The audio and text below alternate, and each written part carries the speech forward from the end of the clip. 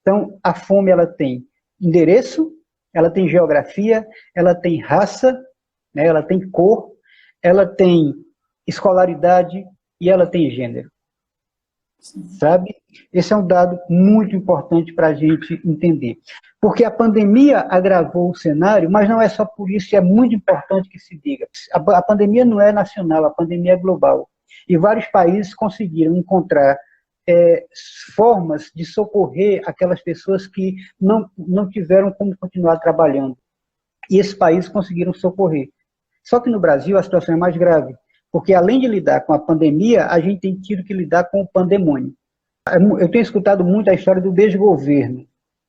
Eu sinceramente acho que não é um desgoverno. A gente não está sob os ditames de um desgoverno. A gente está sob os ditames de um governo que tem um projeto de necropolítica, que tem um projeto de morte. E deixar as pessoas passando fome, sem amparo, faz parte dessa estratégia.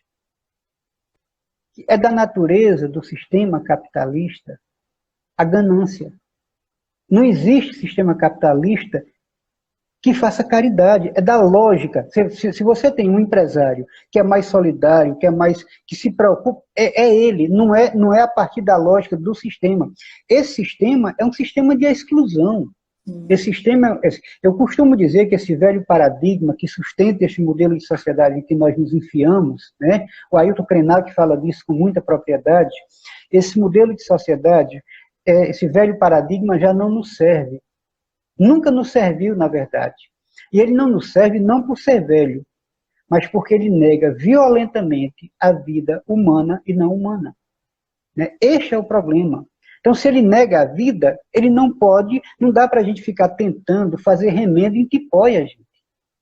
Né? Essa é uma ilusão, achar que nós vamos conseguir consertar esse sistema, na hora que a gente conseguir romper com esse sistema e fazer o que a gente acha que tem que ser feito, ele deixa de ser capitalismo. Né? Mas dentro dele não há saída. Isso é uma coisa que eu estou plenamente convencido. Sabe? Acho que já começou a aparecer cabelo branco por aqui, né? Então, acho que já dá para falar algumas coisas com uma certa segurança, embora eu tenha plena consciência de que sei muito pouco. Mas isto, para mim, está muito claro. Né? A outra coisa, Bruno, que tu falou é o seguinte, porque a crise não é uma crise só da humanidade. Né? Este modelo de sociedade que nós vivemos, ele se sustenta em algumas pilastras. Jairo Façanha fala disso com muita propriedade. Né? E uma das pilastras deste modelo de sociedade é uma coisa chamada antropocentrismo. É essa arrogância que nos leva a achar que nós, espécie humana, somos melhores do que as outras formas de vida. E ao nos acharmos melhores, a gente começou a tensionar o fio que nos unia à grande teia da vida até nos apartarmos dela. A espécie humana foi a última a chegar por aqui e poderá ser a primeira a desaparecer, a seguir como está. E aí, neste aspecto, você falava, mas a gente tem desenvolvido, assim, é fato, né? O sistema capitalista é um sistema que gerou riqueza. Só que a que custo? Gerou riqueza destruindo a mãe terra, velho. Gerou riqueza tirando o sangue de outros. Gerou riqueza para 1%. Né? E aqui eu não estou falando do comerciante, porque parece que quando a gente critica o capitalismo, a gente está criticando o bodegueiro da esquina. O bodegueiro da esquina não é capitalista, não. Ele tem a ilusão de que é. Né? E essa é uma das estratégias desse sistema, nos vender ilusões. Sabe uma das coisas que mais tem me incomodado? Quando eu começo a pensar, vamos imaginar que acabou a pandemia, né? Se bem que a gente sabe que ela não vai, essa pandemia, assim, a gente está iniciando um ciclo pandêmico. Mas vamos imaginar o seguinte, acabou a pandemia, a gente liberou geral, galera, não tem mais decreto, pode circular. Sabe para onde é que a grande maioria das pessoas vai? Amanhã, para o shopping. Para o templo da ilusão capitalista. Então, quando a gente fala dessa crise, a gente está falando da fome da espécie humana, mas a gente está falando também de um sistema que está colocando em risco a própria permanência humana no planeta. Aliás, tem uma coisa importantíssima. Neste período de pandemia, as melhores soluções têm vindo da periferia, têm vindo da comunidade. A solidariedade, a partilha, a comunhão, é lá que ela pulsa. Nem é no Estado, desse Estado perverso, que quando se faz presente na periferia, se faz presente pelo seu braço armado, né? Nem é nas elites. Nós temos duas questões postas agora, né? O padre Biapina, sobralense padre Biapina, ele juntava o povo debaixo de um pé de manga e ele começava, a obra do Ibiapina é vastíssima, né? Assim, casas de caridade, capelas, açudes, barragens, poços, enfim, era um negócio formidável. E ele juntava o povo debaixo de um pé de manga e ele começava a prosa com uma pergunta, né? Isso é bem freiriano, uma pergunta geradora. A pergunta era: meu povo, vem cá, o que é que nós podemos fazer por nós mesmos hoje?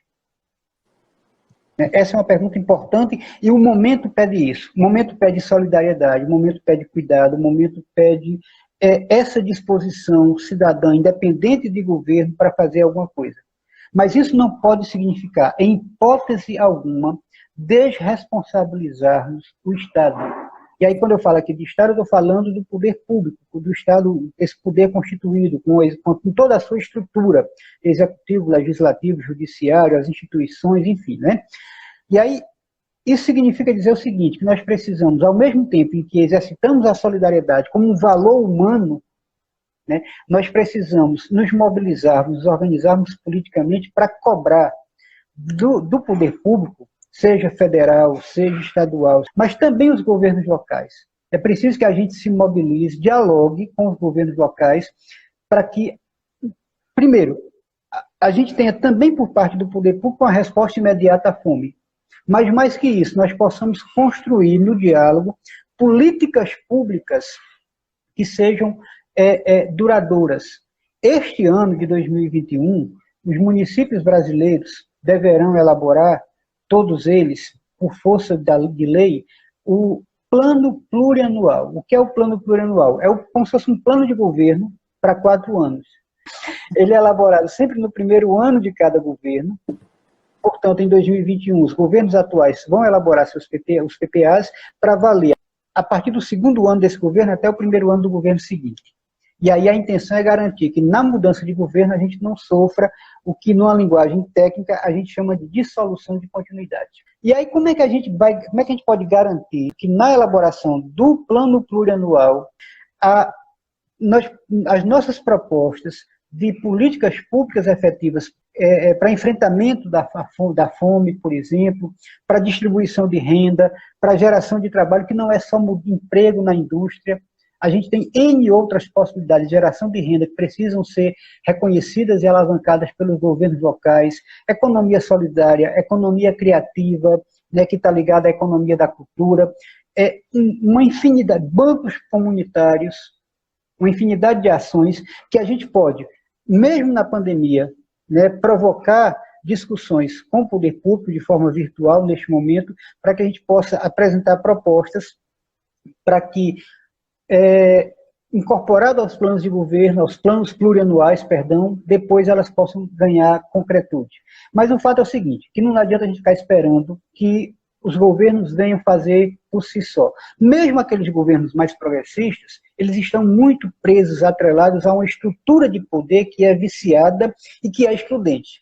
Então é preciso que a gente atue. Da mesma forma que é preciso ter solidariedade, é preciso ter mobilização política para propor e para cobrar a efetividade. Então eu acho que a gente tem aí um desafio enorme. Na pandemia isso se torna mais difícil, mas é possível. A gente tem feito aqui algumas experiências interessantes. Então, assim, neste momento, a prefeitura pode ter, por exemplo, um auxílio emergencial local, sim, para socorrer determinados setores da economia, para socorrer o pessoal da cultura, por exemplo. Mas a gente pode ter iniciativas menores, né, fundos locais de apoio, de suporte a situações como essa. A política de assistência social deve estar muito efetiva neste momento, mas além da assistência social, enquanto direito, assistência social não pode ser favor, tem que ser direito, mas além disso a gente precisa trabalhar numa perspectiva de emancipação econômica das pessoas. Porque, como tu dizia antes, Bruno, se eu não tenho autonomia, velho, se eu estou dependendo sempre do favor de alguém, eu não consigo ter autonomia política, eu não consigo participar efetivamente, eu não consigo decidir com autonomia, porque eu vou sempre ficar preocupado com o que é que eu vou comer amanhã.